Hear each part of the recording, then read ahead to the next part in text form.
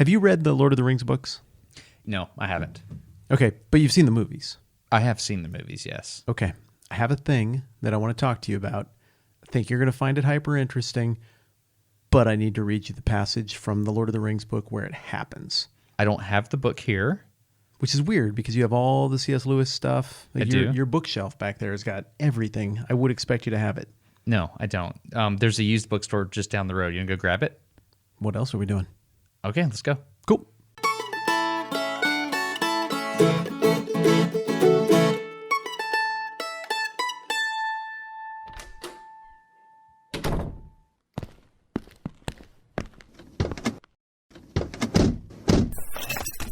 Seatbelts.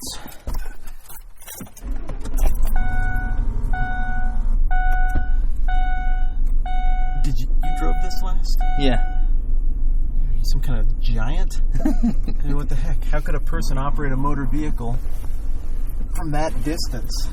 I don't know. Sorry, I got to get directions here. Into this joint. Yep. Gotcha. So what is the book we're going to get? I know this guy. So the book we're going to get is The Return of the King, the third book in the Lord of the Rings series. Okay. Listen to the dinger. This is old school.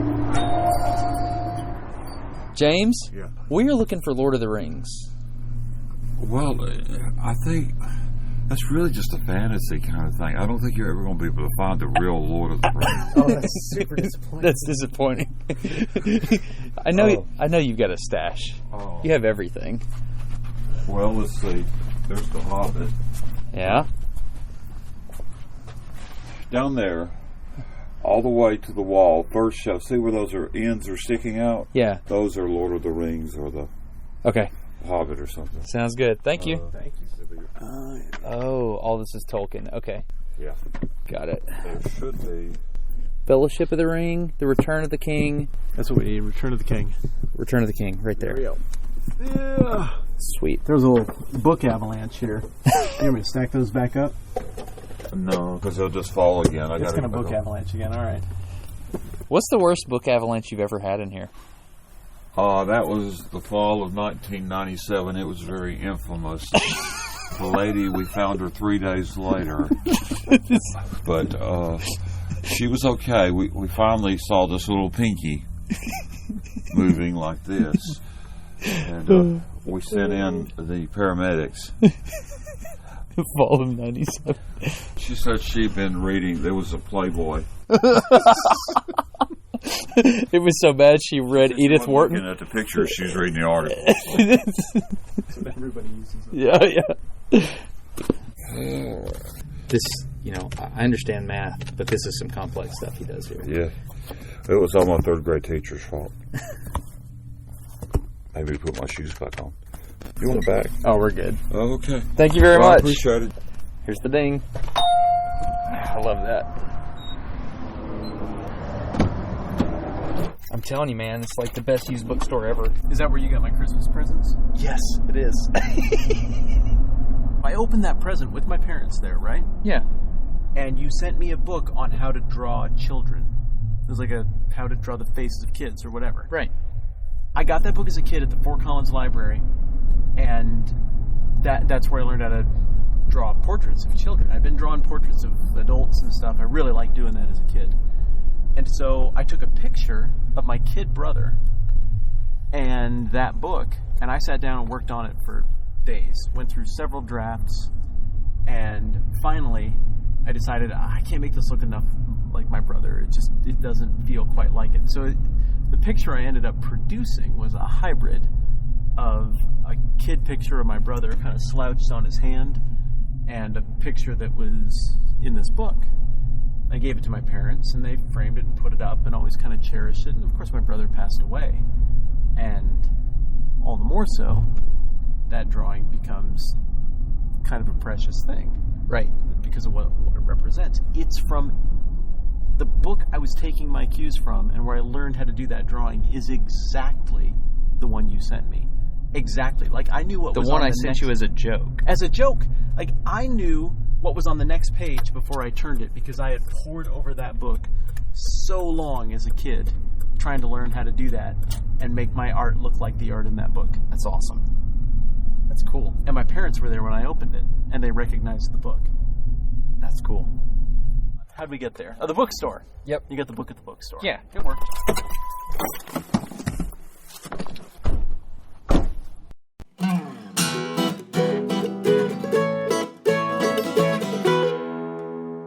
Oh, that place was amazing. Yeah, it smelled good too, didn't it? Yeah, come to think of it, a little bit of humidity, a little bit of book, and by Yeah. a little bit, I mean enough for there to be a book avalanche. It was great. Somebody could get hurt in there, but only in a real mild, fun way. I know. What do you have here? All right, Lord of the Rings, third book, The Return of the King by J.R.R. Tolkien. This guy is an absolute master of prose, but I won't give you all of it anyway. The book opens with the bad guys being on the march, and the good guys are in a feud. So the good guys way up north in Rohan, the Viking horse people, are not on good terms with the proud, fading Byzantine-style city of Gondor. These are both cities of men, but they still have this ancient beacon system some old allied kings between them built in case they ever needed to come to the aid of the other. They haven't tried it out in forever. Nobody knows if they actually lit the things, if it would work, or if anybody would respond. And that is where the book picks up, with Gandalf and his little hobbit friend Pippin making their way to Gondor to try to see what they can do to raise an army and fend off the bad guys. Okay. Good? Yeah, Tracking? got it. Rock and roll. So where are we at? We are with Gandalf. Mm-hmm. I've never used the L. I'm just mimicking you. I just always say Gandalf, but you say the L, and it's A-L-F. Anyway, go ahead. Yeah, Gandalf. Okay. I don't know. I think it's working. Okay. All right. So they're riding along at night. Shadowfax is Gandalf's white horse. And so now I think you got all the names. So Pippin stirs. He's riding along with Gandalf, and he says, "Where are we, Gandalf?" "In the realm of Gondor," the wizard answered. "The land of Anoreen is passing by." There was a silence again for a while. Then, "What is that?" cried Pippin suddenly, clutching at Gandalf's cloak. "Look, fire, red fire. Are there dragons in this land? Look, there's another." For answer, Gandalf cried aloud to his horse, "On, Shadowfax, we must hasten. Time is short. See, the beacons of Gondor are alight, calling for aid. War is kindled." And then he goes through and he lists all the mountains that he can see along the range. He knows them by name, mount this, mount that, all with fire appearing one after the other. And then it says, Pippin became drowsy again and paid little attention to Gandalf telling him the customs of Gondor and how the lord of the city had beacons built on the tops of outlying hills along both borders of the Great Range and maintained posts at all these points where fresh horses were always in readiness to bear his errand riders to Rohan in the north or to Belfalas in the south.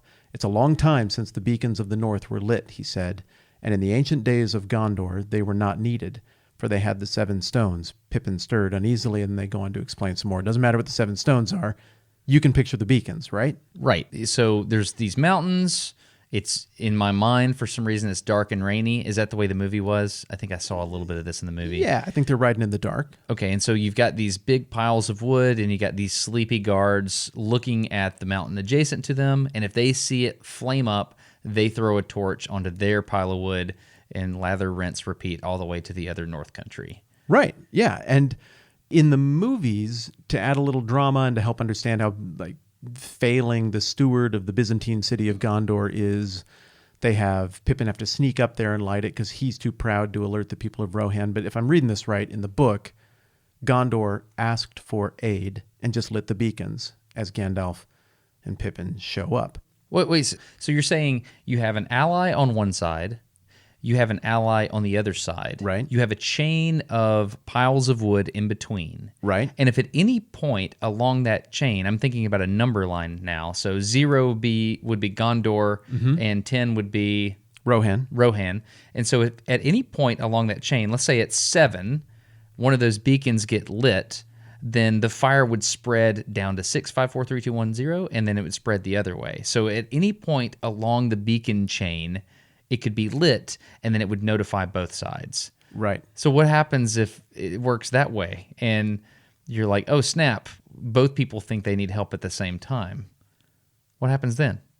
Well, considering, I mean, in the book, this has happened like once since the dawn of time. I think your chances are pretty slim there, and I guess if both of them are getting attacked at once, you're just doomed. Okay.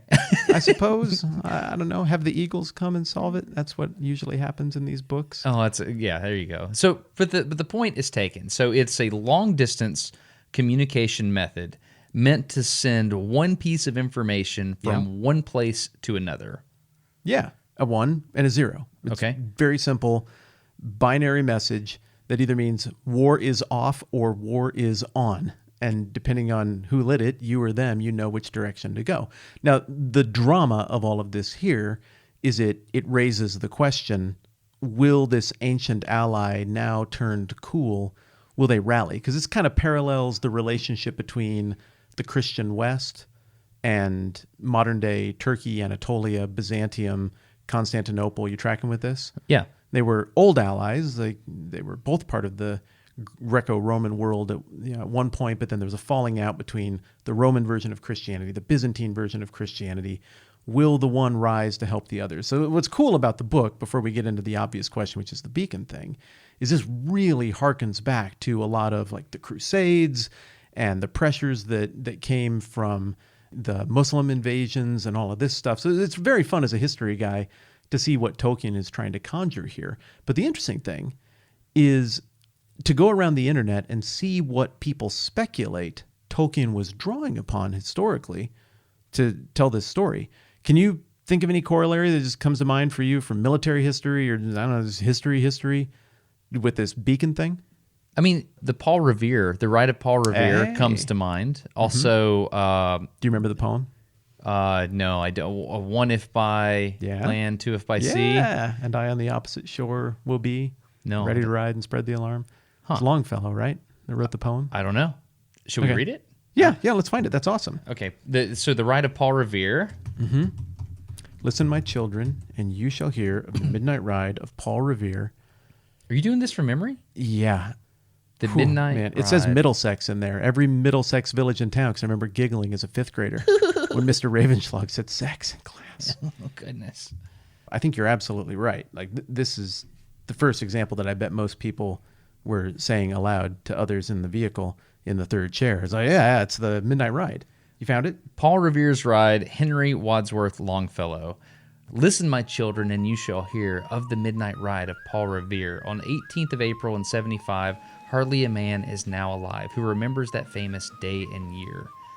He said to his friend, if the British march by land or sea from the town tonight, hang a lantern aloft in the belfry arch of the North Church Tower as a signal light, 1 if by land and 2 if by sea, and I on the opposite shore will be, ready to ride and spread the alarm through every Middlesex village and farm for the country folk to be up and to arm.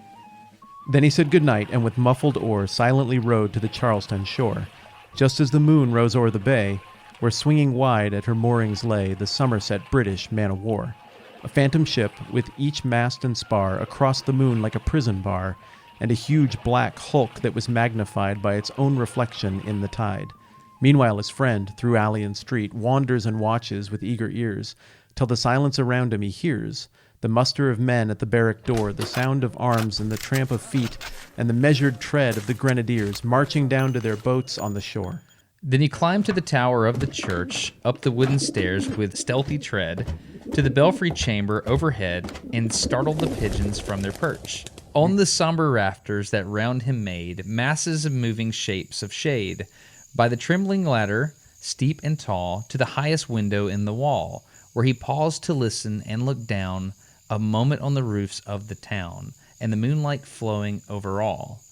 Beneath in the churchyard lay the dead, and their night encampment on the hill, wrapped in silence so deep and still, then he could hear, like a sentinel's tread, the watchful night wind as it went, creeping along from tent to tent, and seeming to whisper, all is well. A moment only he feels the spell. It's so interesting. Of the place and the hour, and the secret dread, of the lonely belfry and the dead, for suddenly all his thoughts are bent on a shadowy something far away, where the river widens to meet the bay, a line of black that bends and floats on the rising tide like a bridge of boats. Meanwhile, impatient to mount and ride, booted and spurred with a heavy stride, on the opposite shore walked Paul Revere. Now he patted his horse's side, now gazed on the landscape far and near, then impetuous stamped the earth and turned and tightened his saddle girth, but mostly he watched with eager search the belfry tower of the old North Church. As it rose above the grave on the hill, lonely and spectral and somber still, and lo, as he looks on the belfry's height, a glimmer and then a gleam of light. He springs to the saddle, the bridle he turns, but lingers and gazes till full on his sight a second lamp in the belfry burns. A hurry of hoofs in a village street, a shape in the moonlight, a bulk in the dark, and beneath the pebbles in passing a spark, struck out by a steed that flies fearless and fleet. That was all, and yet, through the gloom and the light, the fate of a nation was riding that night, and the spark struck out by that steed in his flight kindled the land into a flame with its heat. He has left the village and mounted the steep, and beneath him tranquil and broad and deep is the mystic meeting the ocean tides, and under the alders that skirt its edge, now soft on the sand, now loud on the ledge, is heard the tramp of his steed as he rides. It was 12 by the village clock when he crossed the bridge on the Medford town. He heard the crowing of the cock and the barking of the farmer's dog, and felt the damp of the river fog that rises when the sun goes down. It was 1 by the village clock when he galloped into Lexington. He saw the gilded weathercock swim in the moonlight as he passed, and the meeting house windows, blank and bare, gaze at him with a spectral glare, as if they already stood aghast at the bloody work they would look upon. It was 2 by the village clock when he came to the bridge in Concord town. He heard the bleating of the flock and the twitter of birds among the trees, and felt the breath of the morning breeze blowing over the mountains brown, and one was safe and asleep in his bed, who at the bridge would be first to fall, who that day would be lying dead, pierced by a British musket ball. You know the rest, in the books you've read, how the British regulars fired and fled, how the farmers gave them ball for ball from behind each fence and farmyard wall, chasing the redcoats down the lane, then crossing the fields to emerge again, under the trees at the turn of the road, and only pausing to fire and load. So through the night rode Paul Revere, and so through the night went his cry of alarm. To every Middlesex village and farm, a cry of defiance and not of fear, a voice in the darkness, a knock at the door, and a word that shall echo forevermore. For born on the night wind of the past, through all our history to the last, in the hour of darkness and peril and need, the people will waken and listen to hear the hurrying hoofbeats of that steed and the midnight message of Paul Revere. Nice job, man. That was interesting. I have not looked carefully at that poem in its entirety since literally Ralph Ravenshaw's class in 5th grade. Did you do this in elementary school? No, this is a new poem to me. I mean, I've, one if by sea and what is it? One if by land and 2 if by sea. 1 if by land and 2 if by sea. I knew that line. That's the only line I knew. Okay. But so it's 2 lights in the belfry arch if by sea, right? 1 if by land. Yeah. So the idea in this particular beacon system is 1 lantern means the British are invading and they're doing it on foot. No lanterns mean they're not invading at all. Right. And then 2, so this is a trinary system. So we have 0, 1, or 2. We have 2 bits of information. No, they wouldn't be bit. What do you call? I don't know. Trit. I feel like do you see me hesitate? Yeah. I'm like, wait, this might be a swear. I gotta be real careful. I thought it, but I decided not to say it. I was going to just serve that up to you. Or a quit, because the 4th signal would be if the church is burning down, the invasion started at the church. Yeah. No, it's interesting. So this beacon system has the ability to pass more information than the one between Rohan and Gondor. Mm-hmm. Interesting. Okay. Mm-hmm. So what is the point of this episode? I'm not really tracking yet. Here's what I want to talk about. Okay. And as always, when we get to microphones, it is a proposal and a negotiation, not a demand. Got it. I would like to talk about both the historical examples that we can conjure up, I have a few in mind, of this kind of primitive long-distance communication, not just even for military applications, but it usually comes up the most in military applications. And then I'd like to troubleshoot it. You started doing that intuitively as soon as we started talking about the beacons of Rohan and Gondor. You were like, wait, what if this happens? I want to do that with all of these systems, consider the problems, and consider what solutions we've come up with over the years. Got it. Yeah, sounds great. Game on? Yeah. Okay, so we have one historical example. Yeah. What are the potential pitfalls that you see so far? We've got what if both lighted at the same time? Right. For what are we calling that kind of beacon system? A linear beacon system? I don't. Let's call it a cross-country. I don't know, like a cross-country multi-nodal communication system. Yeah, I like that. I knew you'd come up with a good name. I just want to say nodal. Okay, so the one obvious problem there is what you brought up, if they both light at the same time. Yes. Another obvious problem there is... Or if it lights from the middle. If it lights from the middle, then you don't know which way the information is spreading. You need to see at least two pieces, two nodes of the communication chain in order to know which way it is moving. Right. If, depending on what you're communicating, if you're communicating something simple like we're having dinner at our house tonight and we lit beacons between your place and mine and we lived like a mile apart, well, it's just equally likely that we could be having dinner at either house. Whereas if it gets lit in the middle, I would be like, well, there's no war at my house. So since there's no war here, I don't think we're calling them. It must be from the other direction. And then you just ride the range, and anywhere you encounter war, I guess you just fight a war, right? Yeah, that's how that works. Because of how unusual war is. So I suppose the other thing, though, is brought up by the movie, right? In the movie, one of the hobbits sneaks up there and lights the thing. And what's the problem with lighting the thing? It's that you can't turn it off. So from the perspective of somebody who didn't want it lit, once that thing is a go, it's 100% on or 100% off, right? Right. So a false alarm is a very expensive proposition. Yeah. And it seems like it'd be really easy to abuse that. Yeah, if you mobilize an entire army, that's a hard thing to undo. So they do this thing in communication, like internet communication, where you confirm the packet of information that was sent. Like you'd send the information and then you would check it. I think it's like a checksum. I'm way over my head. You can see the scrunch. You're way over my head. No, but you need a way to authenticate that the correct information was sent, right? Okay. So that's the difficult part. Okay, I sent this information. How do I make sure that it was indeed true or it was a fact? You know, it's not like you have a signature block on the beacon lighting system. You know, you don't have a wax seal that you put on some parchment and physically went to the other location. You just sent it. And I'm assuming the reason you would have a beacon system like this is so you could cross a super long distance in a very short amount of time. Otherwise, you're limited by the speed of feet, whether that's horse feet or human feet. I mean, that's what limits you. So the idea is being able to communicate at a rapid speed. Mm-hmm. Yeah, and there's an interesting scenario where that got out of hand. And it might be legendary because it's so old. But in the history of China, like pre-imperial China, so all the way back to a time corresponding to, well, the ancient Assyrians. Remember we were talking about Nineveh? So this is going on at that same time. Right. You've got a dynasty there called the Zhou Dynasty. It existed in two different phases. I think they just call it the Zhou Dynasty and then like the Eastern Zhou Dynasty when the capital got moved. Well, the last guy, and I don't know if he's legendary or real, but the last guy who was king of the hyper-ancient Chinese Zhou Dynasty was a guy named Yu or Yao. I don't know. It looks like Yu in English. And this guy had a concubine who he really hit it off with. And he gradually started to displace some other kingdom's daughter who he was married to with this new concubine and her kid.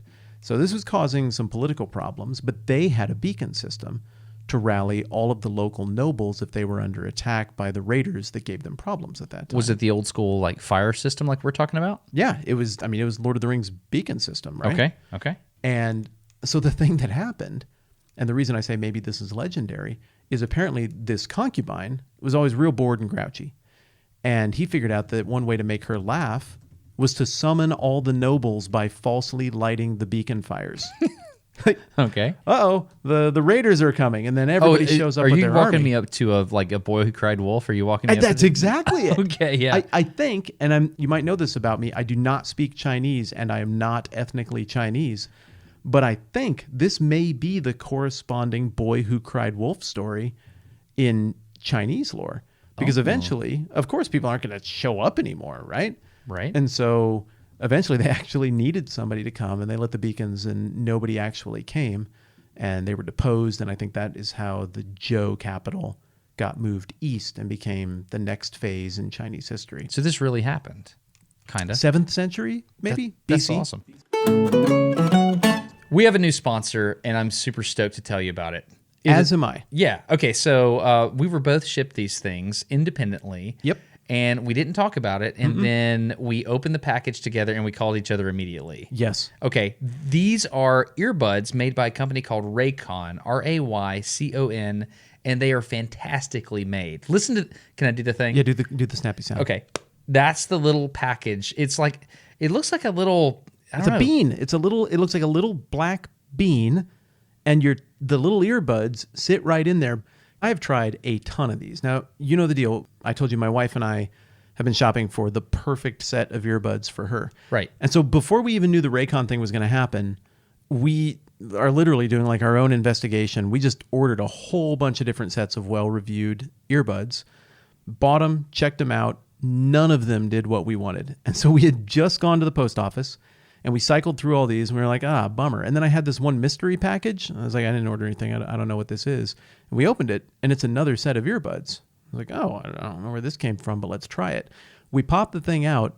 It's instantly the most ergonomic, the best feel. And then we did that thing. We opened the case like that.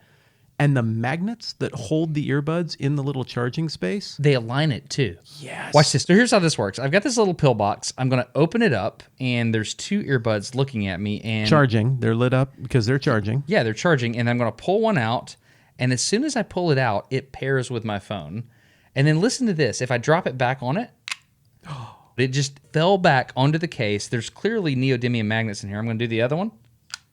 It auto-aligns mechanically. And it aligns to the little charging nodes that are in there.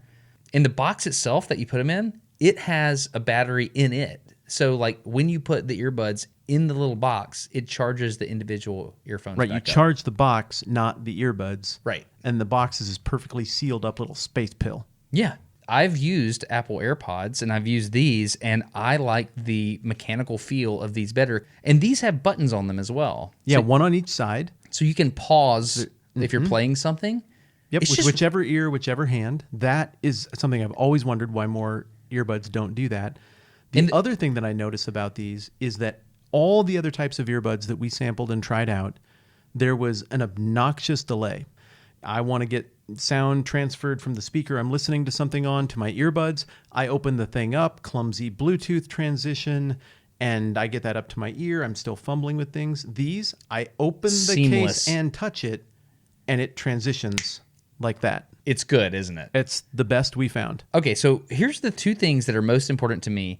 These are actually water resistant, and they're an affordable price. That's what they got right about these. They know that it's possible that people could possibly lose a Bluetooth earbud, and they price them in a way that it doesn't ruin your life. Right. It's amazing. So these specific ones that we're using right now are called the E25s, and you get 6 hours of playtime, seamless Bluetooth pairing, and they're at a reasonable price. And you can check these out by going to buyraycon.com/NDQ, and you get 15% off your order. And I like where they're at in the market. I do too. My market spidey sense says they are in exactly the right spot. And so what surprised me about that, it's rare that you find something that is positioned so smartly in the market and also sounds the best. Yeah. And this is far and away my favorite from and we just tried tons of these. So this is all very fresh in my brain. This is the best sound, the most bass, the clearest. I love these things. I am very pleased. So go check them out. Buyraycon.com/NDQ. Get 15% off your order. It's really exciting to have a new sponsor, isn't it? It is, especially one that I'm just wildly excited about. These are great. So once again, you can get Raycon earbuds by going to buyraycon.com/NDQ, and you get 15% off your order, which is awesome. Let's go talk about long distance messaging more. So you saw me looking at my computer for those minute and a half, 2 minutes, right? Yeah, it's all good. Okay, so while you were telling me about the false beacon, Boy Who Cried Wolf stuff, I built a spreadsheet. And I can now calculate how long it takes to transmit information across country. So I'm going to ask you some questions. Okay. So in the city of Whitman is trying to send some communication to the city of Sandlin. All right. How far apart are the cities in miles?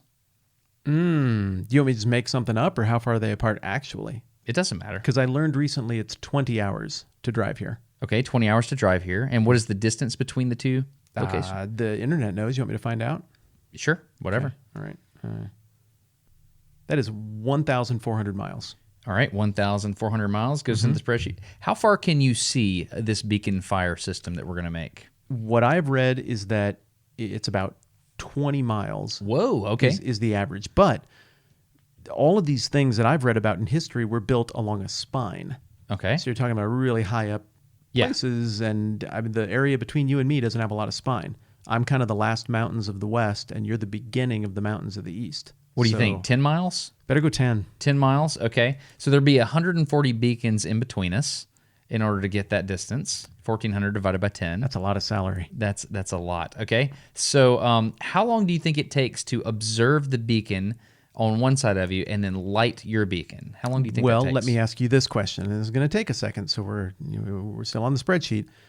What material would you have in these beacon locations that could most efficiently light up and not be affected by weather? How would you build it? So I've got a tent over the top of my beacon, maybe a thatched roof or something like that, and then I've got a bunch of wood, dry wood, that's been under this tent forever, so it hasn't been rained on, and it's covered in pitch. Like the thick, goopy tar kind of stuff. Yeah. We're not like in the old like mummy type movies where you get a cobweb type torch. We're not doing that. We've got wood covered in some type of petroleum product. Okay. I've never lit pitch. Is that as simple as put match to thing and away we go? No, it's not like gasoline. Or, gasoline explodes with the fumes. Diesel or kerosene is more of a slow burn, but once it goes, it's going. So I would just use some type of, I don't know, oily, waxy, petroleum, whatever. Something like that. I know that the Anatolian beacon system, no, this is post calling it Anatolia. This would have been the Byzantine beacon system that existed in the first millennium AD. They soaked heavy rope in pitch. Okay. Is there a reason that stands out to you that would be better than just soaking like some rags in pitch? I have no idea. I don't know either. No idea. So I've been burning a candle in the other room, and it advertises on the side, this is a 20-hour candle. It'll burn for that long. So I don't know. So I blew that out before I came in here. So if you're doing an experiment, that's okay. My bad. How long does it take to light the fire when you notice the other beacon? Let's say to light it, I mean, physically, 30 seconds, right? I mean, you just grab fire, put it on the thing. But it has to be bright enough for the other beacon to be seen, right? That's a different question. So if you're asking how long from seeing beacon to make yours bright enough for the next one to see? Yes. If you are engineering it, I think that could be done in 60 seconds. Okay, 60 seconds. So that's 1 minute. Yep. Really? Okay, so... I think you would make a system that effective. Yeah, I would like to, if it were me in modern times, I would use a rocket or a firework, basically. But we're not talking about modern times. We're talking back in the day. I think that's what Mulan used. Really? Maybe. I don't remember for sure. 140 minutes, which is basically 2 hours and 20 minutes to get the information from here. There's no way. There's no way you could get information on the ground from Huntsville, Alabama to Spearfish, South Dakota in 2 hours and 20 minutes. I think you could. No, I think you could. No, I don't think so. Yeah. No, because somewhere along those 140 little beacon sites, you're going to have somebody asleep. They're not going to be looking. Oh, okay. Well, if we're taking into account human error, it could be forever until it gets there. Yeah, obviously. Who knows? But, I mean... Well, and what if it's cloudy? Yeah, that's a good point. I mean, what if you have fog that is obstructing just one Okay, well, let's of just... that whole run? Let's just say, let's cut it down to 5 miles. If we cut it down to 5 miles in between each beacon instead of the 10, then that gets you to 4 hours and 40 minutes. And doubles the chances of human error. Yeah, it does. Interesting. So you want like your legit people. Oh, and by the way, there's going to be bad guys that try to sneak up on you and kill you at all the beacon sites at all times. Because it benefits them enormously. I mean, think about the logistical vulnerability here to counterintelligence or false flags. Every single one of those beacons could mobilize an entire battalion of your army. So if you got 5 guys, 10 guys sitting at one of these beacons, somebody could attack them with 100 guys and redistribute a battlefield entirely in a way that's to their advantage. There's a lot that can go wrong with this. So what I would do is I would make 2 beacon systems running in parallel that each have to have a physical person show up speaking the language that I speak. in order to tell me, yeah, light the beacons. What that other beacon is saying is actually true. Right, but that makes it unbelievably slow. Like at that point, why not just walk or have a Pony Express? I don't know, man. I mean, you have to verify the information. You have to figure out how to verify the information. But this is a Hail Mary, though. I mean, you're lighting these things. It is last resort, last hope. Well, and also in the Gondor system, the Gondor to Rohan system, you have to climb like 15,000-foot peaks. I mean, those are like the tallest mountains in New Zealand that I picture those being in. So they're not conveniently located, whereas for your system and my system, we're going across the densely populated, flat, vulnerable Midwestern United States. I don't think we should put a beacon system there. I'm just sitting here thinking about this would be a really cool challenge. I'm looking at a map of the United States here on the wall. Me too. It would be really cool to have two cities apart from each other and figure out a beacon system and have some type of challenge where you try to get information from Mississippi to Wisconsin. They do that in the UK still. What do you mean? So a lot of people think that where Tolkien got the idea is from the old beacon system that dates all the way back to the Plantagenet kings. So this is Edward the Longshanks from Braveheart, right? Okay. It may even predate them, but that's the earliest I've read about, and I'm no expert in English history. So Edward III supposedly had a beacon system that was functioning and that worked, and he ordered there to be like metal pitch pots at each one. There's some record of him trying to improve the beacon system. I don't know if it ever got used back then. I mean, I'm sure that's Googleable, but I don't know. What I do know is that it got used in 1588 when Elizabeth was queen and when the Spanish Armada was the dominant force in the world. They lit these beacons, and the Spanish Armada attacked twice. I'm sure it must have been lit for both of those. And so if I understand correctly, it hasn't been used since then for anything that matters, but for ceremonial purposes, maybe it was the millennium or the new monarch or whatever, these things get lit again. You're smiling at me. What am I doing wrong? You're not doing anything wrong. You just took me to a very weird place in my head. There's a whole class of missiles that communicate with the launch point optically. Okay. Wait, they communicate with the launch point optically? Yeah. Yes. Okay. Yes, you've told me about this. Yeah, you launch the missile, and then you point the target at what you want to hit, and then you track the missile all the way there. Or, the missile talks to the thing that you're aiming it with. Okay, so this is not like your laser-guided paint the target like the end of the drug stopper. No. You're talking about the launch site is giving direction to the projectile. That's right. Okay. Yeah, all these things that we're talking about are solved on very deep levels. and so that goofy crap-eating grin over there is you trying to decide how much of that to explain to me. Yeah, and we'll just say, this is a really fascinating area of both ancient and modern study. So a lot of these problems were figured out in the 60s. So back when guided missiles were first created, people, I don't know, there's just a whole lot here. So what you're saying is that the same problems that we've wrestled with forever, there are very clever, complicated technological solutions that we've come up with that we don't have time to get into right now. It's fascinating. All this stuff, it sounds like the thing that you've proposed here, like this topic of how do you communicate optically from one position to another, sounds like a simple topic that's in an old dusty book from a bookstore that smells weird. But it's actually a very complicated modern problem that very intelligent aerospace engineers and computer scientists have had to solve in the past and still have to solve. Like, for example, that there's a way to communicate with lasers today, right? So... Yeah. Well, I've heard you say that, but I don't know how that would work at all. Let's just back up and start with Morse code. Okay. Right? So you understand Morse code. Yep. Okay, so you have one signal that you can either turn on or turn off. And you can turn it on or off for lengths of time. Exactly. So there's this temporal component to it, but my dad is fascinating. He was a ham radio operator. In fact, the other day when we were in the Chuck E. Cheese parking lot, you remember that gentleman that rode up and he had the ham radio antenna? I do. And do you remember what I asked him? I don't remember. I said, "Are you keying HF from in there?" Oh, Because yes, you did. He had a huge antenna, and I said, "Are you? Do you have these little a Morse code?"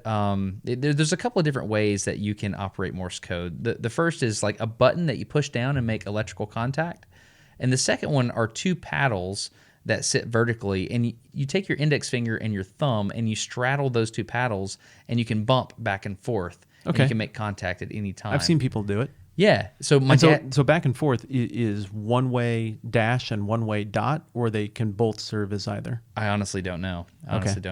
My dad's really good at it. He can hear Morse code, and as fast as he can write, it's amazing. So he actually talked to the King of Jordan one time via Seriously? Morse code. Yeah, it actually happened. We'll just have to have him on and ask him about it sometime.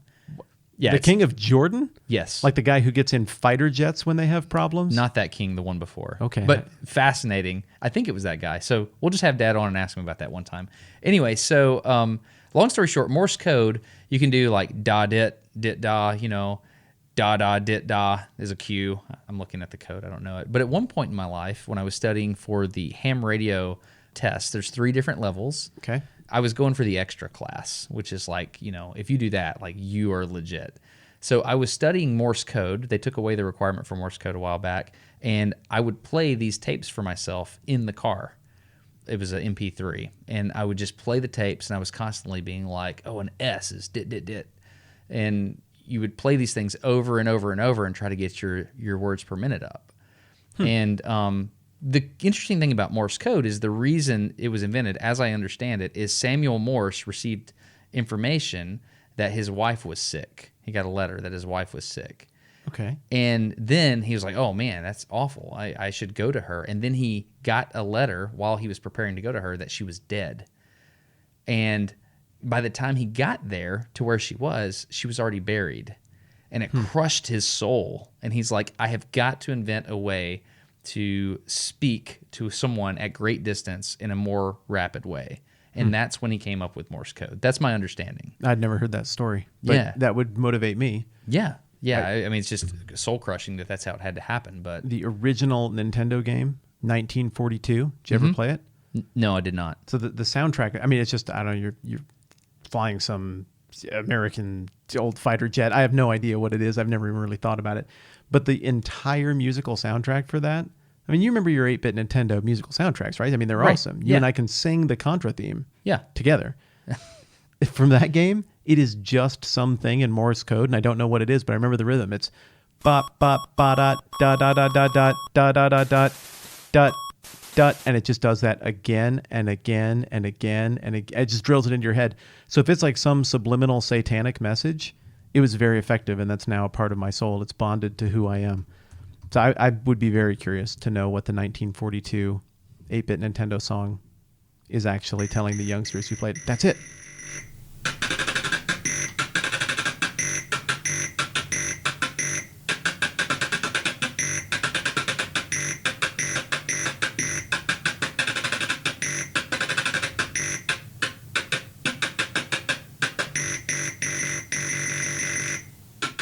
I don't think that's Morse code. You don't think so? No. What would that be then? What are they doing? Da, da, dit, dit. Let me see. Maybe those are numbers. Maybe it's 1942. Because I never learned the numbers. So dot, dot, dit, dit, da, da, da, da, da, dot. Let's see. The numbers are dot, dot, dit, dit. Dot, dot, dit, dit. Nah, maybe it is. I don't know.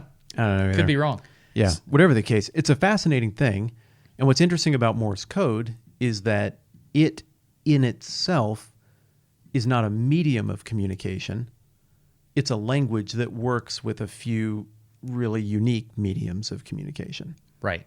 as opposed to being a means of communicating in and of itself. Yeah, it's like just letters. It's just another way of writing letters is all it is. So you can then put crypto on top of that. You can put cryptographic means on top of Morse code. How would what? Huh? That's how Enigma worked. So like, you know about all this, right? Ultra? I have no idea. Dang it! No way. I hate it when I just have no clue what you're talking In about. 1942, the program called Ultra was the computer that was built by the British to decode the Enigma. There's a movie machine. about this recently. You don't know this? Okay. Alan Turing? Yeah, I know who Alan Turing is. I just didn't know the name of the program. Oh, okay. Well, yeah. So Ultra was the name of the program that like Winston Churchill and FDR were in on. Okay.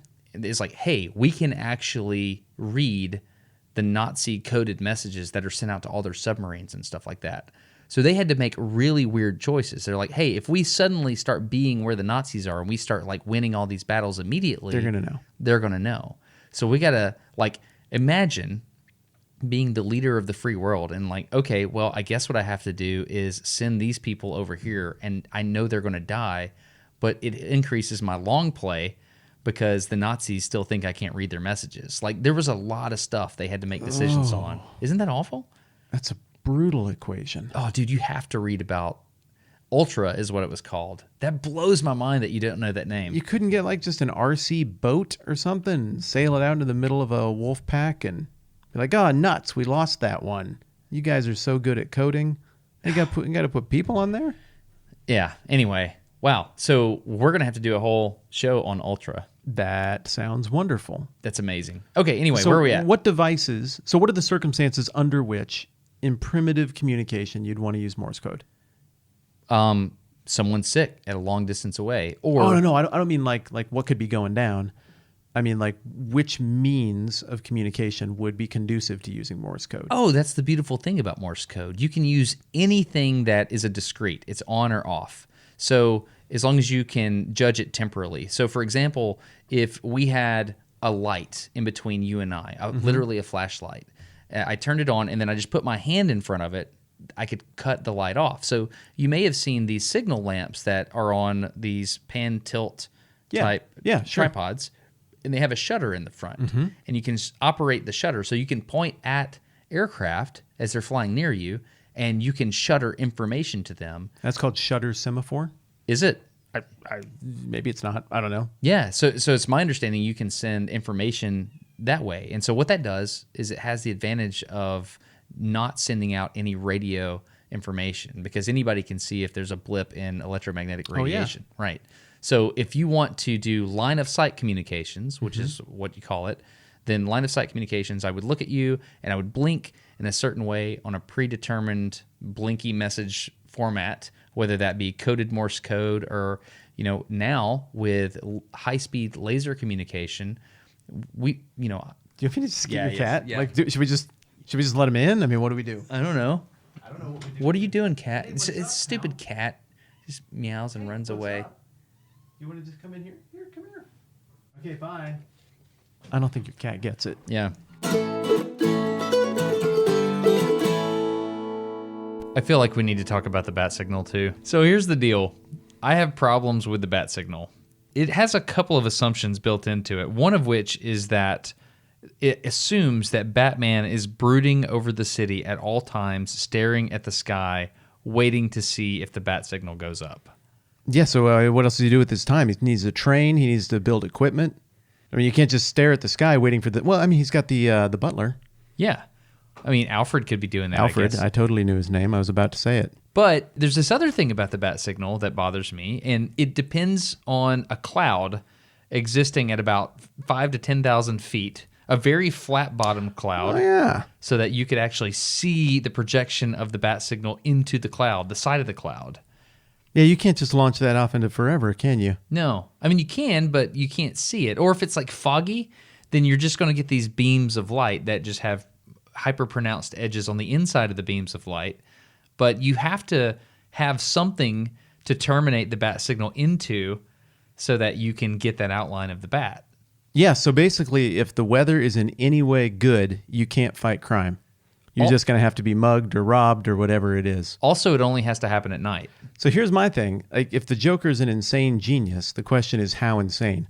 Because if he's smart enough to read a basic weather forecast, he could just plan that would be when he would want to commit crime. Right. Yeah, you're right. That's an enormous problem. Yeah. Wow. How'd that never occur to me? Seems pretty hackable, too. You just like shine some lights up into the sky, and they may or may not hit a cloud, and then Batman just comes out and starts like, what up? I used a jigsaw in 9th grade to cut a bat signal out of wood for a little project we did where we built a little mirror that you can hang stuff on, coats and everything like that. Nice. So if I could make that in 9th grade with the technology available to humanity at that point in history, I feel like the Joker could probably duplicate that bat insignia as well to a degree that's convincing enough to just lure Batman somewhere stupid, like maybe a trash compactor or like a pit full of eels or some kind of acid vat. That would be ironic. And then Batman would die from it.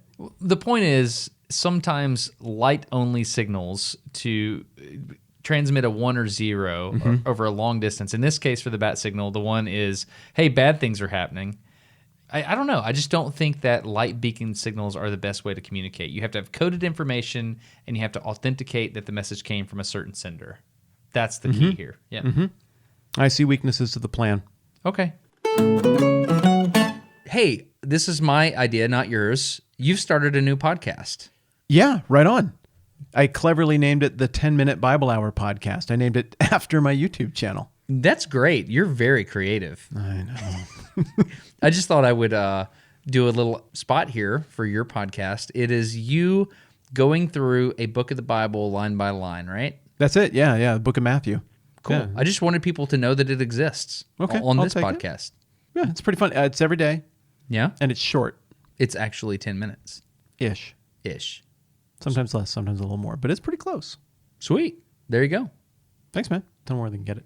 We'll just leave a link down in the video description, but basically you just search for 10-Minute Bible Hour Podcast on any podcast reader thing, and it'll pop up, right? Yeah, I'll get it done. So in the beginning, you were kind of setting up the whole thing, and, Yeah. and the thing that you're trying to teach people is context is king. Well, yeah, I'm trying to do the history thing. So instead of this being like me doing a sermon or religious lecture, I'm trying to really frame the thing up from like, what's going on with the literature here, what's going on with the history here.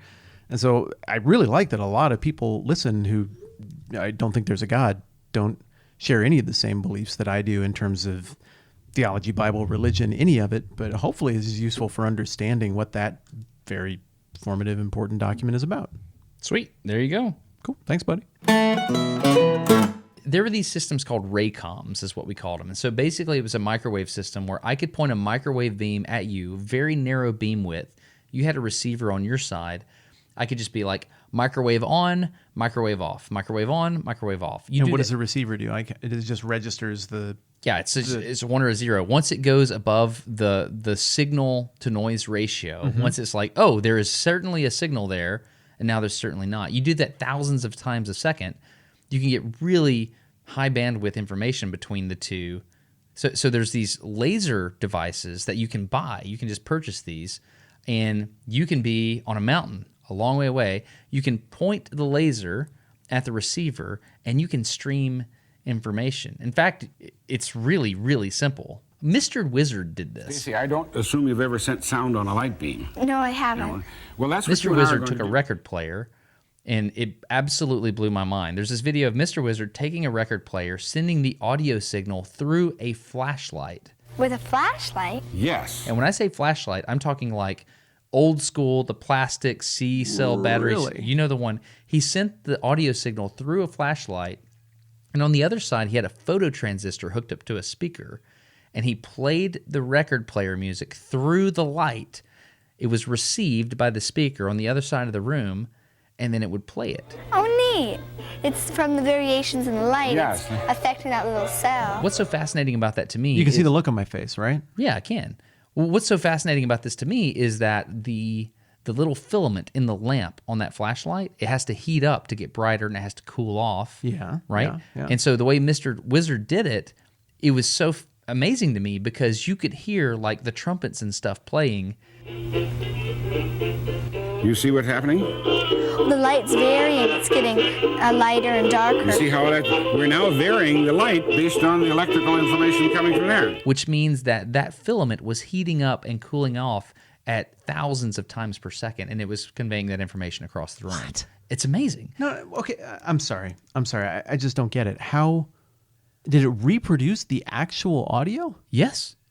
How? It's not reproducing the audio. That's how the audio is transmitted. And you replace a wire in between, instead of having the record needle going to some type of electronic system, you're just putting it into light. And then all you're doing is you're doing amplitude modulation. Yeah, you know how AM works. Amplitude. Kinda. No, Yeah. no, Well- I don't know much. Well, I mean, think about, so this sound that's coming out of this. Sound transmission is a wizard mystery to me. It's amplitude modulation. So like the sound coming out of the speakers or the headphones into the eardrum of the third chair right now, just imagine like a lot of little fluctuations in the air. Okay. Okay, and so that's amplitude modulation. So if I make a louder noise like this, then the peaks of those waves are higher. Sure. Okay. But how can that... I just don't get how that can duplicate. I get how that could relay something. Well, you understand how on off. I just don't get how that can duplicate all the richness and nuance and tiny details of sound. It's just the way that it does. It's just electromagnetic radiation, right? So right now, your cell phone, when you and I talk on the cell phone, we're just sending radio signals to the nearest tower. That's all we're doing. And radio signals are a form of light. It's just at a different wavelength. It's traveling at the same velocity to that tower. It's just visible light instead of radio. So visible physics are intuitive for me. When we talk about the whip thing, when we talk about the domino thing, when we talk about the fly rod thing, I think in these categories. And I've been glaringly wrong at times, and I will be again. But most of the time when we talk about visible physical phenomenon, I'm close, or as soon as you explain it to me, I'm like, yep, I see it. That's a little bit counterintuitive, but I get it now. When we talk about invisible physical phenomenon that I don't get to see, and so it doesn't become intuitive and internalized to me without my brain ever knowing it's happening, it's harder.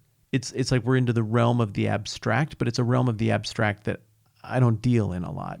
So sound, I'm being a little bit vulnerable here about how dumb I am. Sound has always been really difficult for me to understand. I get it. I took physics classes.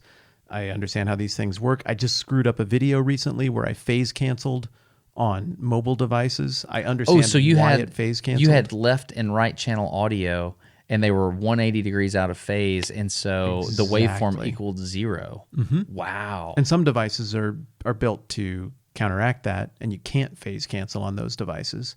But mobile devices in particular, you tend to be victim to phase canceling on that. And so I put out a video. I was like, this is a really good video. It's in a blizzard, a snowstorm. And it was all of that white noise generated by the wind and the blowing particles that caused the phase cancellation issue. And wow. So all the comments were like, it looks like it's snowy. Can't hear anything. Is this a prank? I watched all 8 minutes. I was waiting for the joke. Oh, super sorry. There was no joke. I'm just an idiot. That's amazing. So I get how some of these things work, but this is why it's fun to do conversations like this with you, because we're talking about really the same concepts at the level that I can see them and picture them. I can participate at the level that you have applied your brain to the invisible expressions of these things being intuitive. I can just learn a ton and sit here and soak it in. So I'm fully admitting my ignorance on this and how much it just still seems like magic to me. I understand what you're saying, but it seems like magic to me. I mean, just imagine, imagine you're on a boat and you're approaching a new land and you have to know if it's okay to come into port or not. How did they used to do that? I guess how we got into all of this stuff is I was asking you about the applications for Morse code. And we kind of got into Morse code and sound waves and just binary in general, on-off as a way to communicate stuff. And then you're telling me about something, this Mr. Wizard thing, that is stunning to me. I know it was Bell, right? The guy who invented the telephone, who also invented like the Photophone, Oh, no, I don't know about this. Yeah, he invented some kind of device, and I don't think it was effective over much of a distance, but I think the majority of his patents were related to this Photophone thing that he came up with. Really? Yeah, he was using light and mirrors to communicate sound. And the Photophone is a telecommunications device that allows transmission of speech on a beam of light. It was invented jointly by Alexander Graham Bell and his assistant Charles Sumner Tainter on February 19th, 1880. No way. I did not know this. So, is this the same thing that you're talking about with the Mr. Wizard deal? Because I just don't get this at all. I don't know. I'm gonna have to go look at this. It looks like they're okay.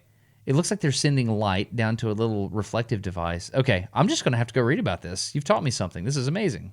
So what's the input device to turn your voice into light, though? Are you talking into a microphone, and then the microphone then alternates the light at rapid speeds? How does that work? Absolutely right. That's exactly what you're doing. Yeah, if you can create a voltage in any way, if you move a magnet through a coil of wire, you can create a voltage. Okay. And then you can put that into a light. Like you don't have to create a light on from nothing. You just have to change the light just a little bit. That's all you have to do. It's pretty cool.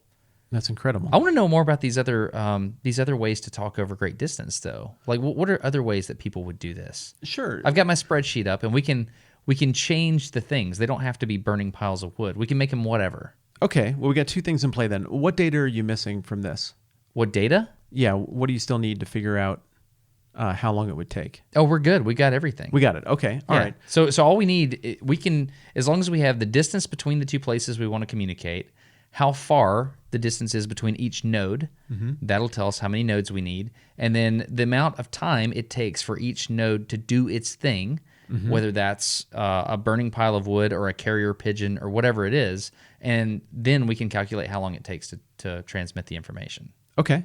Well, let's stick with the machine solutions a little bit here. There are a couple others that I think are pretty interesting. There's one from not the oldest of Greek history, but like maybe 4th century BC Greece, that is called a hydraulic telegraph. I might not be getting the name exactly right, but I think that's the name. A hydraulic telegraph. You ever heard of this? No. Oh, this is so clever. I think you're going to dig this. Okay. Picture two people within line of sight, but a long ways across. Let's say a body of water, like a bay, that it would take forever to row across or walk around, no bridge, and you want to communicate across this bay. What this guy developed, and I don't remember at all who came up with this, were two great big like brass buckets, right, full of water. Mm-hmm. And you fill the thing all the way to an agreed upon point. Then what you have is, I would guess, some kind of cork float. Mm-hmm. And that cork float would have a stem coming up out of the middle of it. Yeah. With Greek messages, just signs. Okay. Not visible to the opposite person, but visible to you as you stand right next to your own bucket. Then you have, these things are designed, they're spec'd out identically. There's a spigot on the bottom. It has two positions, all open, all closed. Now what happens is you use a torch with both buckets with identical messages on opposite sides of the hill full. You use a torch to signal, open the spigot. You open the spigot. Then you raise your torch to say, close it. You close the spigot. The same amount of water will have drained from each. No. Causing the message you want to see to be queued right at the top of your bucket. Then you just read that message. So it's kind of like that's genius. The text auto reject messages. Oh, I love it. Isn't that cool? That's amazing. And this was like way back in the day. And so like, like those messages had to be like, oh, we're low on corn, or there was one in there for like, hey, you suck. I would hope so. They had to have screw around messages. That's amazing. So like you would raise your torch and then you would lower it and say like, start draining water, and you would keep it down for like 30 seconds. Mm-hmm. And as long as both people on both hills open their spigots and operate it in the same way, you could send that information. I love that. I think that one's really clever. That's a lot of information. Like you could write a whole book on one of those message sections, right? You could. In theory, if it was tall enough and you gave yourself enough options and you had enough time. So what you just did is you increased your bandwidth incredibly. You could send like a tremendous amount of information. And what I would do is I would send the other hill a new stick with new messages on it. Oh, sure. Yeah, just send a writer. Yeah. And now we got these two new sticks. Whoa. And so maybe you could just use the torch to signal like 1, 2, 3, 4, and that means stick 4. You both put in stick 4, and then you make your move. I think you could have a lengthy conversation like that. This may be my favorite thing I've ever learned in the entirety of No Dumb Questions. That was it, huh? This is amazing. Yeah. That's pretty cool. That's really good. And what's the deal with it? You'll know this. I don't know this. What's the deal with the flags on boats, and they have like different colors and checker patterns? Yeah, I don't know. I learned about that in... That's semaphore, right? That is a type of semaphore. What is semaphore? The semaphore is, I think it's any kind of distance communication based on ones and zeros. So like it's long distance signaling communication. That'd be my guess as to the definition. I don't think it's ones and zeros. I don't think that's why I rescinded my definition and backed out of that part of it. I agree. I think it's any kind of long distance visual communication, and then there are different subsets of it that more specifically describe it. So I know the really famous example of complex semaphore is the French thing that was invented during the Napoleonic age. Nope. Okay, this thing has, I don't understand it. I've never understood it, so my explanation isn't going to be great. But it had multiple angles, and you could arrange all kinds of crazy stuff between beacons to send very complex messages. If I understand correctly, and again, I have no idea how it worked, but it had like 15 signals in this same device, and they would pivot and turn, and so all you would see is basically arrows pointing in different directions, and then you could decode the arrows to learn complex stuff. I've heard of the U.S. Army Signal Corps. Okay. And I've heard of the thing where people hold up flags. Yeah. And they hold flags up with their arms in different angles and stuff. Yeah, I've seen that. Yeah, that's something I'm aware of, but I don't know what you're talking about, the arrow thing.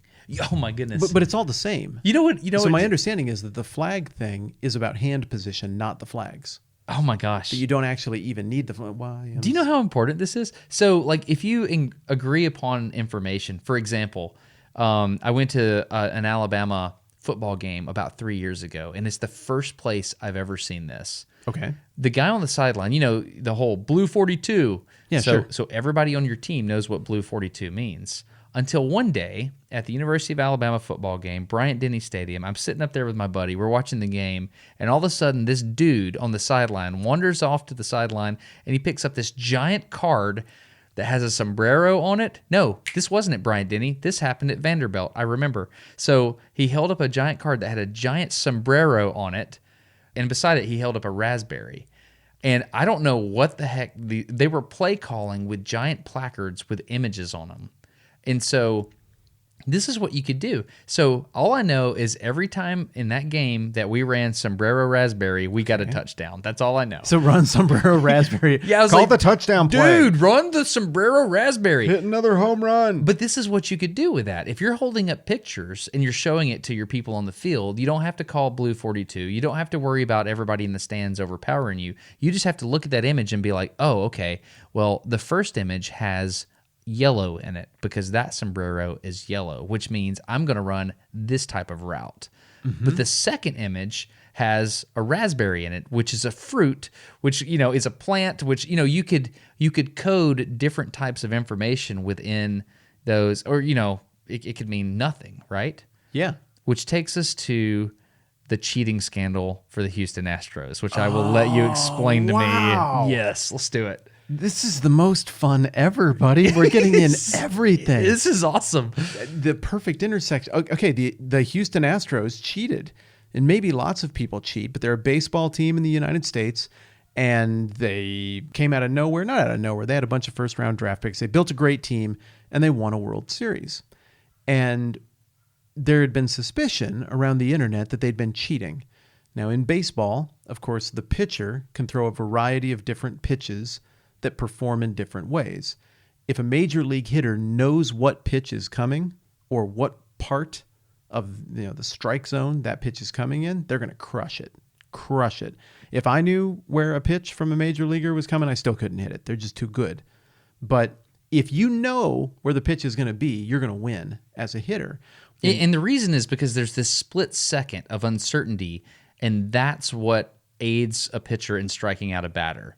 Like, if I can make him think it's coming low and inside and slow, but it actually comes up high and fast, he can't react to that in time. Can't make that adjustment. There's no way. Okay. And so there'd been the suspicion that somebody from the Astros organization had decoded. Their job was to watch film and decode the hand signals that the catcher flashes to the pitcher in his crotch. So, I mean, it sounds goofy, but literally, a catcher sits there and he flashes different finger signals and taps the inside of his thigh or the outside of his thigh or the right or left thigh to let the pitcher know where things are going. And there's all kinds of trickery and code language just in these simple hand signals and tapping the thigh and location and all of this. And what they figured out, they decoded it, and somehow people started thinking the Astros management, they're relaying this to the batters because the batters are hitting pitches you can't hit. And the peak incident was in the American League Championship Series. So if you win this, you go to the final series, the World Series, to become champions. The New York Yankees and the Houston Astros are playing, and there's this dude who's like literally my size, Jose Altuve, great ball player. But Altuve is facing the hardest throwing pitcher in baseball. Aroldis Chapman throws 100 some miles an hour. It's insane. And what's the fastest fastball you've ever stood in against? Maybe high 70s. Did you hit it? No. No. Everybody's like, yeah, I throw like 85. You throw 50. You've never seen an 85 mile an hour fastball. It would wilt you. You would soil yourself. Yeah. It comes, I mean, it hauls. I've seen it. I haven't hit it. It's blazing. 100 mile an hour fastball is awe-inspiring. I've seen it once using a pitching machine while completely protected by a cage in case something went wrong. Awe-inspiring. And so Altuve is facing the great pitcher Aroldis Chapman. Chapman throws him this high fastball. So the hardest kind of pitch in baseball to catch up with is a high pitch because you don't have gravity working with you. You have it working against you. Just nobody hits it. You just can't hit that in that situation. And if you do, you're just going to put the ball in play and hope something works out. You don't crush it unless you know it's coming.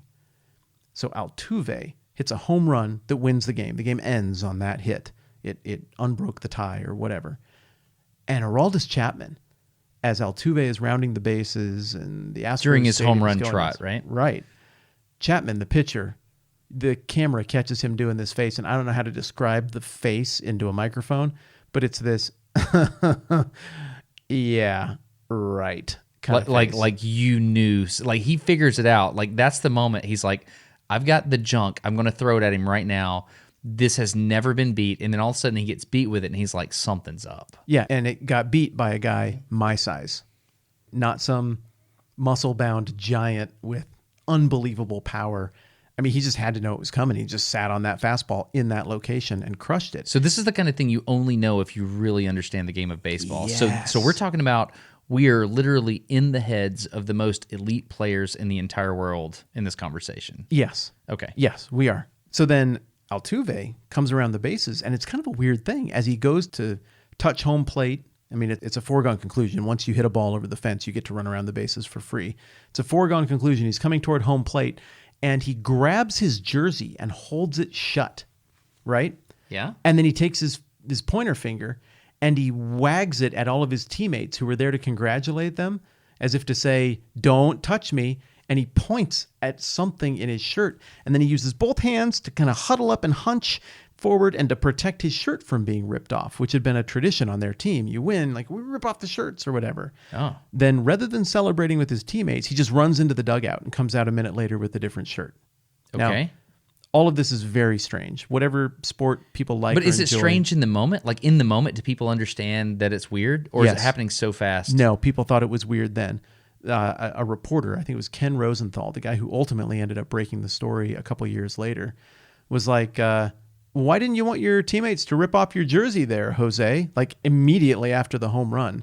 And Jose Altuve is like, I'm just so shy. My wife gets jealous. And then you go and look at his Instagram and it's just 100% him shirtless. Really? So, Okay. Yeah. And so Jose Altuve might be a great guy. Maybe everybody's reading this wrong. But even in that shot, you can see this little Band-Aid, like this little white sticker under his jersey for just like 2 frames. Uh-huh. The accusation is that they used a buzzer system to identify the catcher's signal. And then Auditory or vibratory? Vibratory. Okay. To notify the hitter of what pitch was coming and somehow maybe even location. So one set of quick codes after the signal is given for what pitch, a curveball, a changeup, that's a pitch where you're expecting 100 miles an hour and then it's 75. And so you're way out in front and you miss. So we're talking about a long distance, high speed, haptic communication system. Haptic. Yes, that's exactly right. So what's the accusation? That someone has a camera, they're Yes. figuring out what the signal is based on possibly even artificial intelligence. I don't know if you know this. I did a video with Mark Rober about this. I don't think so. No, which one? There's a software engineer named Jabrils. Oh, sure. And- Yeah, Yeah. met him in ThinkerCon. So Mark and Jabrils developed this AI software program to decode stealing signs and, to know when to steal. So you look at the opposite field's coach, or the third base coach. You watch the third base coach. You know how they do all the touch their hat, touch their belt, sure. all this stuff. I have third base coached. Yep, same. And so you look at all that, you feed that into an algorithm, and it'll tell you if steal is on or steal is off. Or take the pitch batter, don't swing at this one, that kind of stuff. How accurate were you? Oh, it can be very accurate, but there are things you can do. So my role in the whole thing is I went and interviewed these coaches at like the 14, 15-year-old level. Okay. I interviewed the coaches and okay, so what are your signs? They told the signs. And so that's another way to get coded information across. But what you're saying is they have the ability to use a camera to detect what the catcher is signaling to the pitcher, decode it quickly, instantly, send it immediately to the batter by buzzing his pec muscle in a certain pattern, or maybe Morse code or whatever it is. And here's how much time you would have. Okay, flash me the signal. Okay, there's your signal, and I've got the signal. Now you have this much time. Wind up, Bzz, bzz, delivery, got to crack. That's Wow. enough time. That's enough time to sit there with a trigger. Yeah, and send that zzz, zzz. information. Oh, wow. You know what would be really interesting is to go back and look at the footage and see if the batters are repositioning their feet. I'm sure people are poring over all of that. That's interesting. But the man. third base coach thing is fascinating too, because you're allowed to steal signals. Yeah. Of course you are. If you can figure out what the third base coach is communicating with visual signals to the batter, like you're going to put down a bunt or you're going to take a pitch, what they're communicating to the base runners, that's fair game. What you can't do is relay that signal electronically. At that point, it's cheating. Right. The other thing I guess you'd call gamesmanship. And so, quick aside, because we're still talking about beacons and communication and all of this stuff. So I played college baseball, and I don't know, it was mostly fun, but my role was get on base and steal bases. I ran okay, and that was kind of my job. Late inning reliever, play some shortstop, steal bases. And so I came into a game late. It was a doubleheader. I played the first game. I sat most of the second game. And I came into a game late as a pinch hitter. I got on base. We had a gigantic lead. I'm like, okay, I'm on first base. I didn't take the double because there was no need to stretch it out. You don't want to rub it in, be a jerk. There's baseball ethics. Etiquette, thank you. That's the term.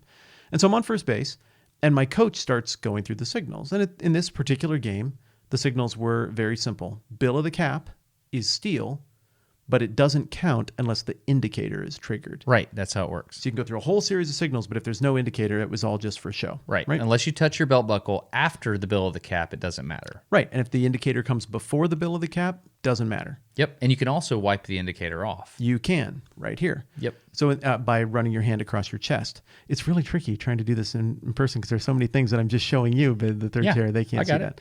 So I get on first base, and he goes through his signals, and I'm not even watching. It doesn't matter because I'm not running. We're not bunting. We're up by 50. This is ridiculous. He goes through the signals, touches the bill of his cap. I'm like, yeah, it's all for show. And the indicator was hands on hips. He puts his hands on his hips. And I was like, Was that real hands on hips, or just you're tired at the end of the game? Exactly. So I could go to the helmet. If you grab your helmet, that means come back. Oh, no. One more time there? I never had that. I never had the ability to look back at the third base coach and say, what again? Yeah. Well, so I did that. And he's like, he gives me this shrug. Like, why would, this is all for show. Why would I give you any signals?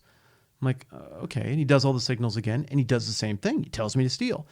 Grabs the bill of his cap, puts his hands on his hips in disgust, and stares at me like, what are you doing? And I look at him. And at this point, I'm not going to the helmet, but I looked at him with these eyes like, Coach, really?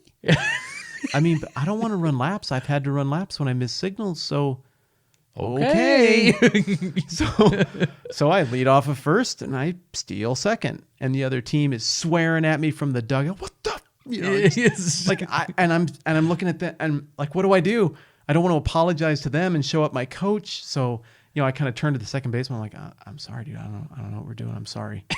And he's like, shove it. Like, okay, yeah. And coach is over there like kicking the dirt. and glaring at me, and he turned and apologized to the opponent's dugout. And I was like, what? I did what you said. Dude, you told me to do I the just thing. want you to love me. And I'm like, okay, well, thankfully that's over, whatever. And so I look over at third, and he does it again. Are you allowed to call timeout and be like, Coach, quit sending me the signal, which is bill of the cap, hand on the hips? I wanted to. And so then I looked over at the head coach, and the head coach shrugs at me with his hands like, just get it right. And I was like, I mean, I had to run miles when I missed a sign before. Yeah. He gives me the sign again. I go to the helmet again. He gives me the sign again. And he's angry. He's red in the face. Everybody's mad at me. But I don't want to run for miles. So I steal third on the next pitch. And then you can talk to him. Everybody's yelling at me. And I'm like, you're giving me the signal, coach. You're giving me the signal. And he's too angry to even hear it. Oh, yeah. And so At that point, it's your fault. And so he just buzzes through a series of signs now that I'm on third base and slams his hands back on his hips. Just can't wait to go home. And finally, I called time. And I pulled him aside. I was like, you just told me to steal home. We're up by 14. Can I not steal home, please not steal home? I mean, that's what happens when this long-term communication, which has its problems, that's what happens when it breaks down. You know what I think we should do? What's that? I think we should take the 2 copies of Return of the King that we already bought. Yeah. I think we should go back over there. There was at least one more on the bookshelf. Mm-hmm. We grab that, and then we pick 3 random patrons, and we just send it to them because that happened.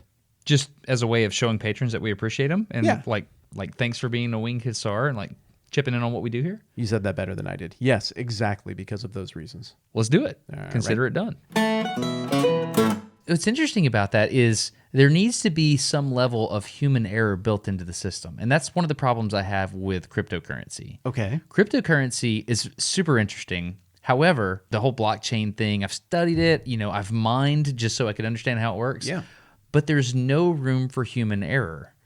You go to the ATM and you're entering, do you want $10 or $100? And you're like, oh crap, I have to enter cents on this one, not just dollars. Yeah, you can hit the clear button, you can fix it. Yeah, but if there's no room for human error when you send money into the blockchain, if you accidentally hit F instead of, G. For respects. Yeah, exactly. Once you do that, at that point, you just sent 10 Bitcoin out into the ether. Oh, you know what I mean? Wouldn't that be awesome? That's life-changing. Yeah, that'd be awesome. Wouldn't it be awesome to have 10 Bitcoin? It would. But think about that. If you were able to say, whoops, my bad, didn't mean to do that, let me get that straight. That's something that you have to build in to every long-distance communication system, I think. Like Google did with their 15-second abort button on a sent email. Yeah.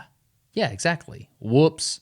You're like, there's not really a way. And that's the main problem I have with the beacon system in Lord of the Rings. You don't have the whoops. You don't have that. You can do it one of 2 ways. You can authenticate the message somehow, or you can have a just kidding by having that indicator not being wiped on or something like that. Right.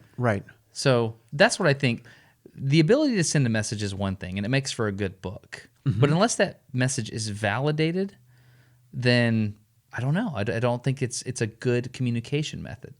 Well, I don't think it's a good communication method either, but I think the Byzantines knew it wasn't an ideal communication method, but still being able to cover the 425 miles that their beacon system covered when they were coming into conflict in the early days of Islam, I don't think they cared that it wasn't perfect. They just wanted something. What I remember is that one of the concerns, I don't remember who raised it or which one of these beacon systems caused this problem, but one of the concerns was if you light the beacons, that's not an isolated system. The only people who see that are not the sender and the recipient. Those beacons are intentionally placed in very high places. And if everyone knows what the beacons mean, you got to panic.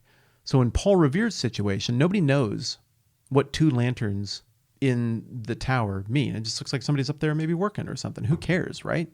A curiosity at best. But what if every single person in New England, both loyalists and people who wanted a revolution, what if they all knew what that signal meant? And as soon as those 2 lights go up there, you get chaos. So what happens if you light that system and everybody sees it? I mean, work ends. People go scrambling for their swords and their weapons and their armor, or they go and they flee, or they hoard their money, runs on the bank. I mean, who knows, right? And so part of the issue here, too, is that if these beacons are a public thing, you're going to have collateral damage just by how people respond to that information cruising by their place of dwelling. So we talk about all these things like they're ancient, archaic situations, right? Do we put this torch on that wood? Do we flick this light at that aircraft? These sorts of things. But think about this. This is going to hit us again in the near future. How do you mean? We're going to go to Mars. It takes 3 minutes for light to get between here and Mars. So the round trip, you could be talking as much as 7 minutes to get a signal there and back, to get firm comms there and back. And you have to make sure that it's communication that's going straight there and it's validated and verified. My point is, if we ever want to become an interstellar species, we're going to have to be able to communicate over long distance. In Ender's Game, Orson Scott Card solved this by having the Ansible, this device that could communicate instantaneously from here to there. And But how did it work? Do you remember? I don't remember. But now, of course, they're working on quantum entanglement as a hope of ways to communicate over long distances. I don't understand how you could send information via quantum entanglement. I thought it was just a way to verify that you had, this is the person that owns the other, device that has the coded message. I don't know. I don't know how they do it in Star Wars or Star Trek either, because in Star Wars, you just have the little hologram thing, and it's all real time from, half a galaxy away. Right. And you're just chit-chatting. At least they add in a little bit of distortion to make it look like it's at least sort of hard. But, Star Trek, I don't know. Do messages in Star Trek work like travel in Star Trek, where you fold space-time to travel? I don't know. Either. Nowadays, if Star Trek would have been created in this decade, then they would just say the word quantum before they wanted to do anything hard. Oh, yeah, because solves that's everything. Yeah, all we need to do is quantum things. Oh, well, quantum. That's like how the way you could just put the word extreme before anything in 1998 and it would sell to teenagers and 20-somethings who like skiing or skateboarding. The thing that I think is most interesting about all of this is we think we're so advanced now, but we can be beat by some of these simple methods. Like, have you ever heard of the exercise that happened where, what's the gentleman's name? I've got it right here. Lieutenant General Paul Van Riper. Have you heard of this guy? Nope. He's a Marine Corps general, and he's retired. But in 2002, they had this thing called the Millennium Challenge. It was a war game. Okay. And basically, America was virtually fighting this imaginary force in the Middle East. It was Iran, but it was imaginary force in the Middle East. Okay. And they had to see how the red forces would do against the blue forces. Well, Van Riper is in charge of the red forces in this war game. And in the first day, he takes out most of the fleet. Like, he just kamikazes all of everything he's got straight at the U.S. fleet, and he takes out thousands and thousands and thousands of virtual U.S. personnel. And these boats are, quote-unquote, dead at that point in time. Okay. And they can't figure out what he's doing because the way he's passing information is by motorcycle couriers and by light signals. He is literally communicating in this war game with light signals. And the people in charge of the blue forces at the time were like, oh, you can't do that. You have to use emails and high tech. He's like, screw you. I'm using this person on a motorcycle carrying this information. Trying to win. He's like Captain Kirk with the Kobayashi Maru test. Oh, I don't know that one. Really? That's the whole legend of Captain Kirk, is that nobody could ever beat the Starfleet Academy test. Uh-huh. And the whole point is you can't win. And what do you do in a situation you can't win? And so he hired people or broke in or hacked the system and cheated and beat it. And so the thing about Kirk is go Maverick. If you can't win a situation, well, screw that. Just win. Don't accept the parameters then. And that's kind of his legend. So, yeah, I like this guy. He's Captain Kirk. Yeah, so the thing that Van Riper did is he just went old school everything. He's like, great, it's wonderful that you have multi-billion-dollar assets in cyber warfare to decode my communications. It's wonderful that you built a machine like Ultra that can decode my messages. Too bad I'm not using those anymore. I'm just doing this other stuff. And he totally, after that, the guy over the whole operation was like, oh, no, we're going to refloat those boats. We're going to restart the game. And you have to do these things. You have to fight like this. That offends my sense of justice. It does. And Van that's Riper, so dumb. All the way back to the revolution thing that we started with. That's like how the redcoats thought in 1776. You can't shoot at us from bushes. exactly. No, restart the revolution. This time you have to line up and shoot at us like British people do. Yeah. So basically, Wow. they wrote scripts and they were like, "Listen, Van Riper, look, okay, whatever. You're a military genius. You have to follow this script in order to. Well, here's what we're trying to do. We're trying to train all these soldiers." And we want them to know what it's like to go up against. He's like, "Screw you, Semper Fidelis. I'm gonna kill all you, And so, like Semper Fidelis. yeah. If you've ever seen the dude, he's like very eloquent and well spoken. I'm mischaracterizing him here. However, it's interesting that he beat modern technology with these old methods. Yeah. And it was very eye opening. Now the people that said let's refloat the boats and all this stuff, they had good points as well. I just don't see what you're doing. I just don't agree with them. Okay. But they said things like, "Hey, look, here's the deal. We're doing a war game. But we're not running that simulation. Well, no. They said, we're doing a war game that's 14 days long or whatever it was. You killed like 20% of the people on day one. So we can have these guys brown thumb it for 13 days, or we can refloat them and have them learn some stuff." Brown thumb it? That means like pack UPS boxes? Don't worry about what that means. Okay, so cool. Anyway, Thanks, man. Anyway, it's a Southern expression. If you're going to hang out in the South, you got to learn these things. Anyway. I was able to triangulate it even using my northern brain. Yeah.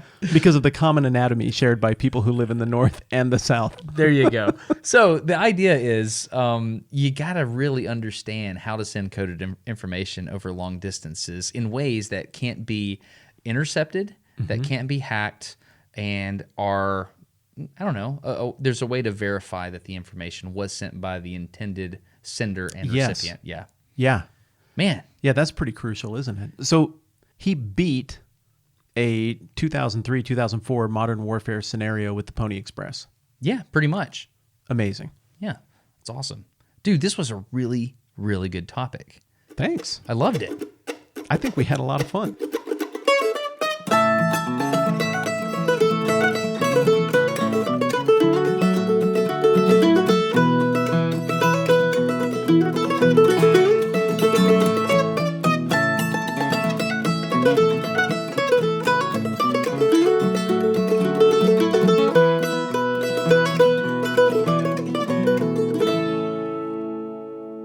Seriously, this is like the best thing I've ever learned on this podcast. That's amazing. Sweet. If only there was like, I don't know, an example of this being used in history that we could like interact with so that I would understand exactly how it worked. Funniest thing, you should bring that up, my friend.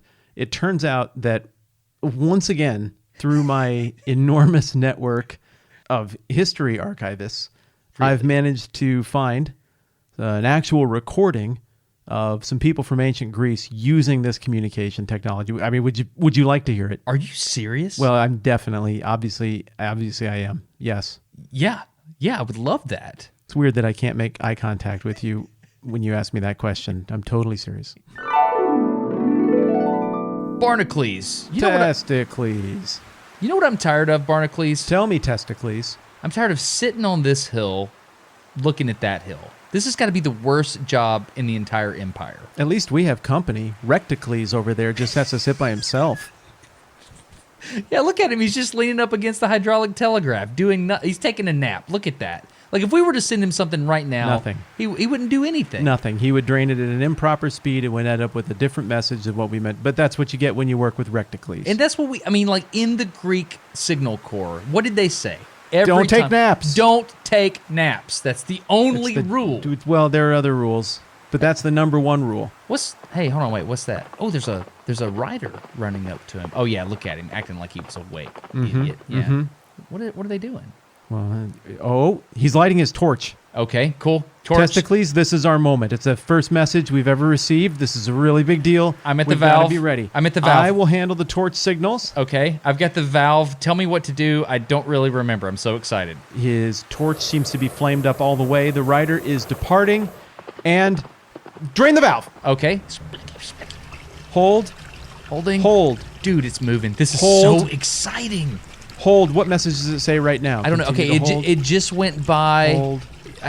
They're moving so fast between them. Hold. Okay, they're out of grain. That one's gone. He's waving the torch and the king's birthday. Okay, wait. What did it stop on? Can you read that? You're taller than me. What does that say? At the ready, Testicles, I'm going to climb this stool and read you the message that is at the stopping point. Tell me. Then you hasten to notify the king. I will. The message is... Hold on. Where's the horse? Okay, got the horse. The message is... Your mom is fat. What? Frickin' Recticles. Your mom is fat? Your mom is fat. He's making fun of our mom. But the writer... What the... He was also making fun of our mom. They're breaking us in. We're the newbies, aren't we? No, do the thing. I bet this is like a joke. If I go get on that horse and ride off, they're going to think the message is going, let's do it. Okay, I'm doing it. Here we go. Do you think if people got bored, they would use these ancient signaling methods to troll each other? Well, I don't know. Let's consider the messaging systems that you and I use to communicate now and just see if we troll each other at all in our recent text exchange. Okay, you've answered the Can't question. read that. Can't read that. You've answered. Can't read that. No, but I think there's a certain sanctity of these like well-engineered messaging systems. Like if you have an organization that's depending on a communication method. Yes. I mean, there's not like I think there's a certain security or protocol that has to be followed. Yeah, you can't mess around with the quorum. You don't hear pilots joking around with air traffic control. You just can't do it. There's actually stakes to that. Right. I would have to imagine that people have to take some sort of oath of integrity and not screw aroundiness with this stuff. Yeah. This is a really cool topic. I really enjoy it.